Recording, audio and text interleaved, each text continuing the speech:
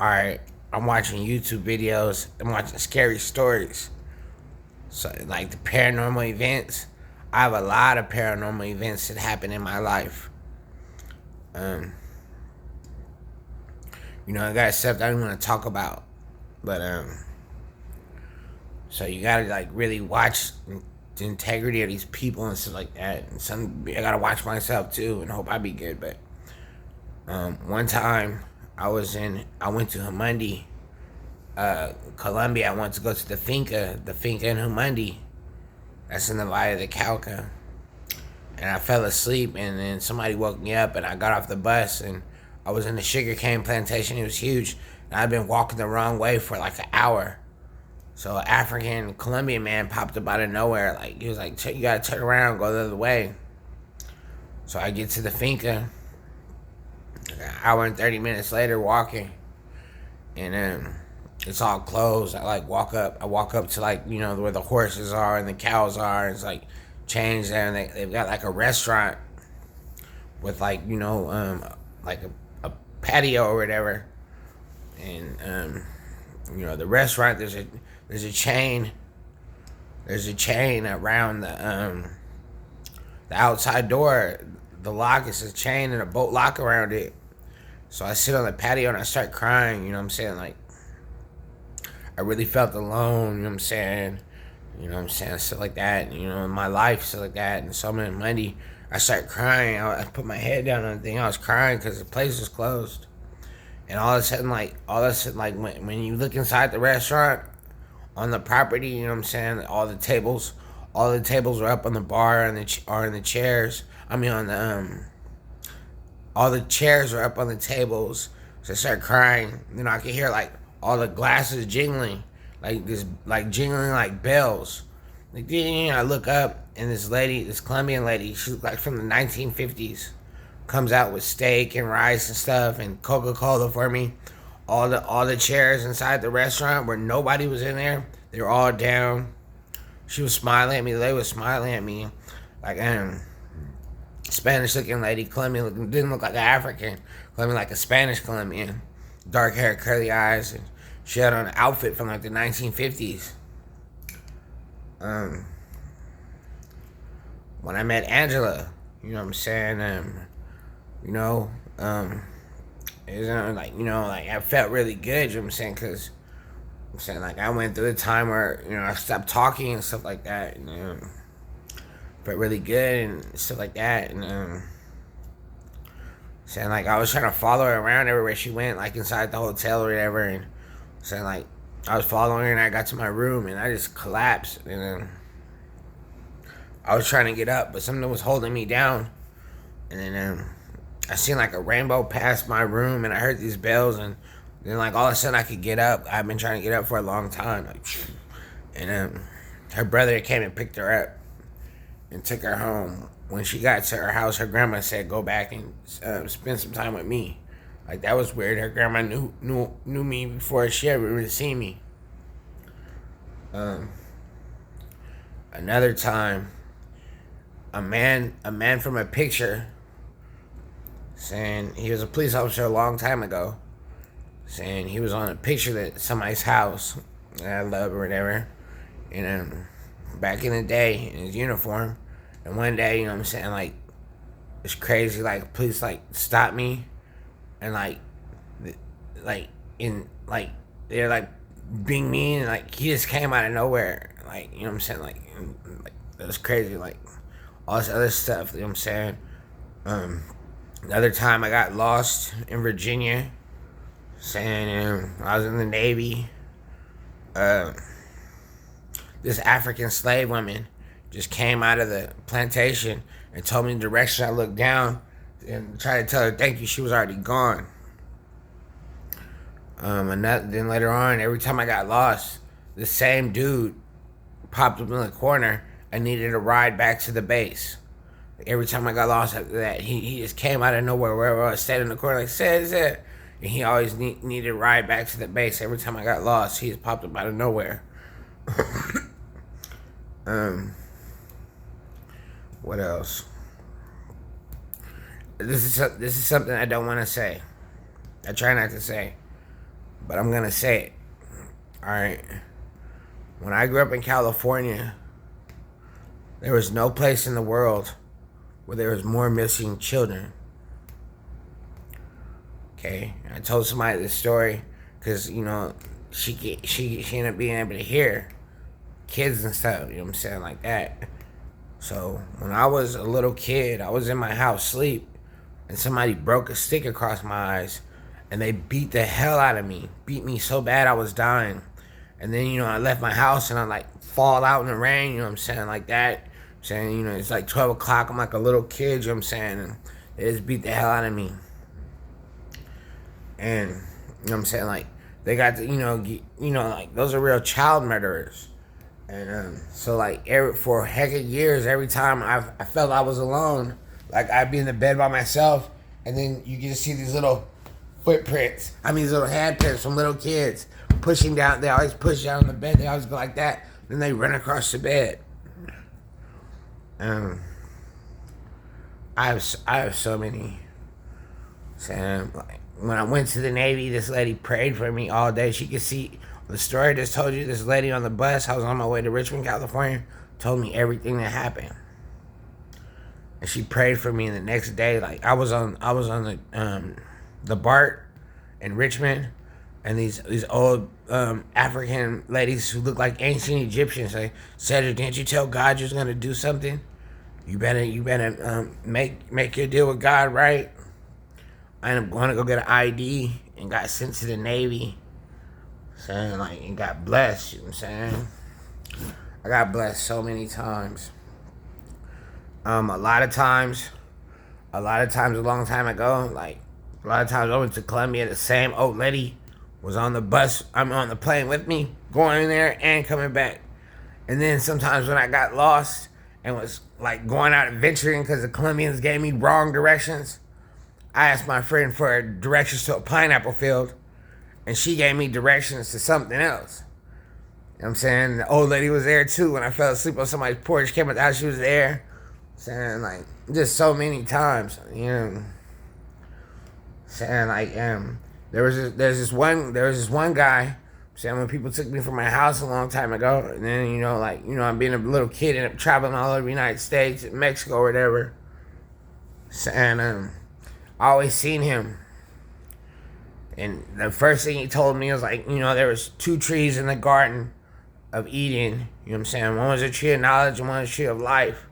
And you know what I'm saying? I've been seeing this same guy for years. Like every time I pass, he's always the same spot. Let's see. What else? One time, I got attacked again when I was asleep. I had to leave my house. You know what I'm saying? Like, I was walking, I was crying, it was raining, and I walked up Vermont in Hayward, walked up Vermont, go to San Felipe Park, and the bus was coming, it was coming late, and saying like, the bus, I seen the lights, and like when I woke up, I was in the back of the bus. Let's see what else happened. One time I was asleep on duty when I was in the Navy. And one of the officers from the picture on the picture, who was from a long time ago, woke me up. He says, "Cedric, wake up, Smith, wake up." He woke me up, and I was way far back, and when he woke me up, like 2 minutes later, they came to check to see if I was on watch. So he woke me up just in time before I could have gotten in trouble, went to jail. Let's see what else happened.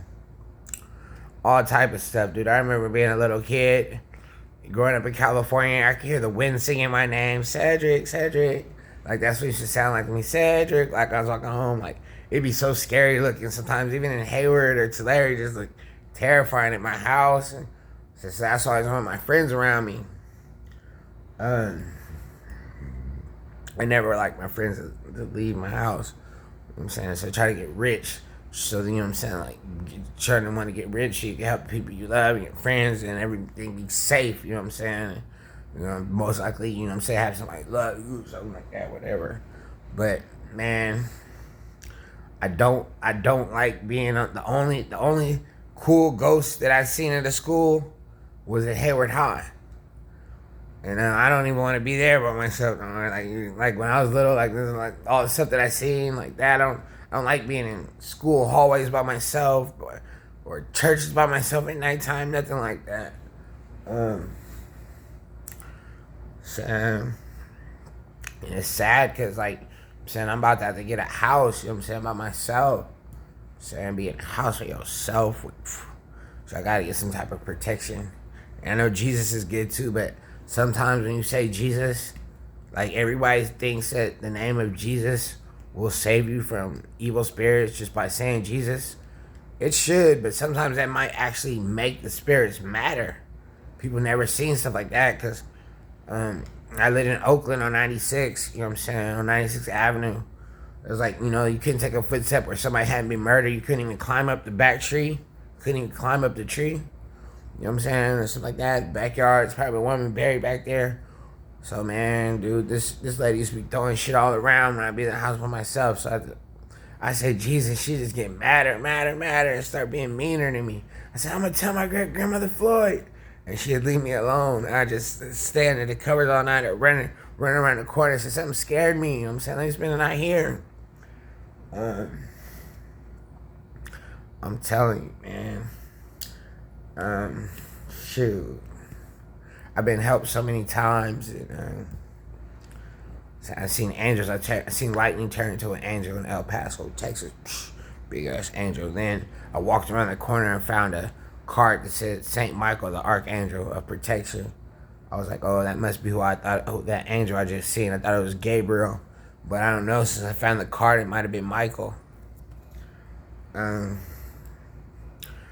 Saying like there's so much stuff, you know what I'm saying? Thank God, I still thank Jesus too, you know what I'm saying?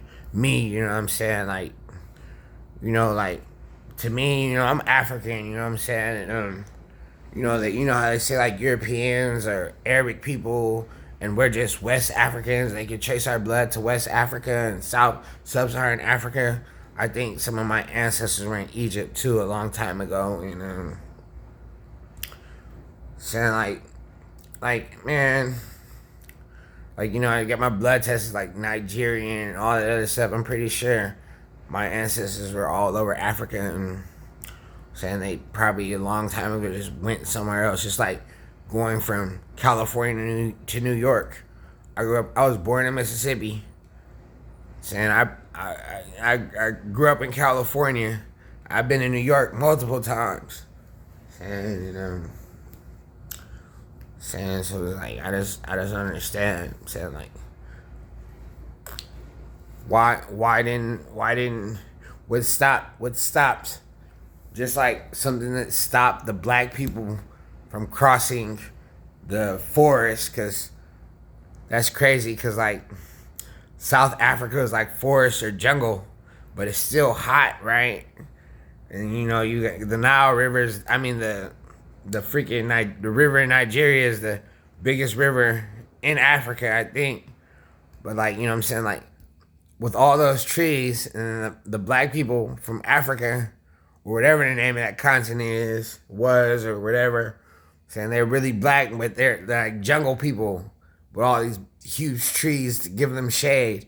And then the northern Sahara desert, northern Africa, the desert, the people are supposed to be white. You know what I'm saying? I want just hot sun. So I'm saying, like, I don't know, man, but I'm pretty sure a long time ago some of my ancestors lived in Egypt. And I thank God for what my ancestors did, you know what I'm saying? All over the world, Mexico, Peru. My ancestors in Peru, my ancestors in Egypt, my ancestors in America. Saying, even my ancestors in Europe. Saying, everywhere, Asia. Saying, so thank you guys, you know what I'm saying, every day, you know what I'm saying, like my life has not been a normal life. And saying, like, why would I want a car or something? I'm saying I want to drive safe, but I also want to go to the grocery store. But you get an Uber, go to the grocery store and not have to walk miles with hella groceries. You know what I'm saying? Go home, cook, whatever. So that's a good thing for a car. You know what I'm saying? Like, go to the grocery store unless you live like next door to it. But then that's still good, you know, all the groceries you need. So you have to walk because that really hurts your fingers. Like, if you think I'm joking, you should go to the grocery store and walk home. But don't get mad at me if you listen to me. And buy like $150 worth of groceries. That's a lot of groceries. Like, if you see things for the right prices, like buy some like, or $175 worth of groceries and walk home with them. Your fingers are gonna be hurt. Like with the thing. Then you hope your bag doesn't break. I'm saying, like, buy like a gallon of Sunny Delight or 2 gallons of Sunny Delight and some ground beef and some bacon and, you know, some apples and stuff like that, and, you know, like some cookies, and then walk home with it. If you have a car, then, you know what I'm saying, then you say, okay, that's not an issue. Like, go to the grocery store and walk all the way back to your house with your groceries. I bet you'd be mad and be like, man, listen, your finger's gonna be hurt. If you're like European person, European American, European, whatever you are. So I'm African, you know, I'm mixed with European, but your fingers gonna have red marks all on them and stuff like that. Hey, this is something else that happened to me in Colombia. I was bashing with Paula, you know what I'm saying? Like, I just didn't want to be mean to her, you know what I'm saying? Just because she didn't, but man, everybody, you be like Cocaine Cowboy says, these people don't understand. Some of the people don't understand kindness and stuff like that. Like, back in the day, like, they don't understand kindness or nothing like that. They don't understand that. Some people, not everybody. Like, you know what I'm saying? But, so it's like 3 o'clock in the morning. And, you know, in the Barrio de Sauces in Palmyra, Colombia, like not too far away from my house where I used to live, there was a grocery store, and they opened it like 3 o'clock in the morning just so I could get some rice and some food to cook. That was nice.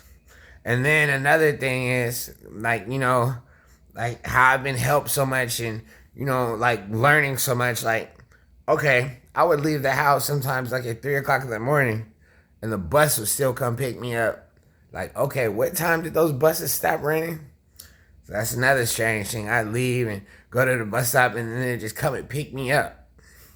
That's happened to me in America too. I'm saying so many times, like fog and stuff like that, and just bus coming out of nowhere, like where you live? Like, I've had experiences like that. Gotten in towns like at 4 or 5 o'clock in the morning, 3 o'clock in the morning, like then you find out all this stuff. Like, you know, you go as a, like my attitude growing up. I'm 39 now. You know what I'm saying? And you know, just reading books and just, you know, just believing in something. Oh, let me tell you another story. I'm in Cali, Colombia, and Paula's stepdad, El Doggo, he didn't want to buy me, he didn't want to let me buy some old Colombian bills. So I walked through the streets. It's like 2 o'clock in the morning. I'm walking through an alley, and this man has what I'm looking for. He has these old bills. So I buy them from him. I buy a stack of these old canceled bills from the 1800s, some pesos. And then I take them back to Hotel Ermita. It's by the church Ermita in Cali. And I'm going through them, and I'm looking at this picture of this princess, Isabella. I'm sitting down, you know what I'm saying? I'm looking, and her name Princess Isabella. You know. So I'm like, man, I wish I could have met you. And I feel something freaking foreign behind me, and this girl puts her hand on my shoulder. I turn around. I say, oh my God, you look just like this woman on this bill. She said, that's my great-great-grandmother, Isabella. She said, my name is Isabella, just like her. And it's crazy because, you know what I'm saying, she looked like a vampire or something. Or, you know, something, because she looked just like the woman on the note. I'm sitting there wishing that I could meet her, and this woman just pops up from behind me, and it's like there was like a wall right there, and like, you know, why didn't I, you know, right not too far behind me, why didn't I see her walk up the steps or anything, or come out the hallway or nothing like that? And I'm sitting there looking, and she just pops up, you know, and says, Isabella, and it's like, you know, she has the same name, look exactly like her, you know what I'm saying? And I was talking to her. and she was like so happy, and then Paola came, and she looked and she started screaming and she got mad, and then a whole bunch of other females came out of nowhere and they all left. But man, ciao. Oh yeah. Okay. Yeah. Those are my parents. I've been watching YouTube and man, stuff got me scared, so I had to tell about it.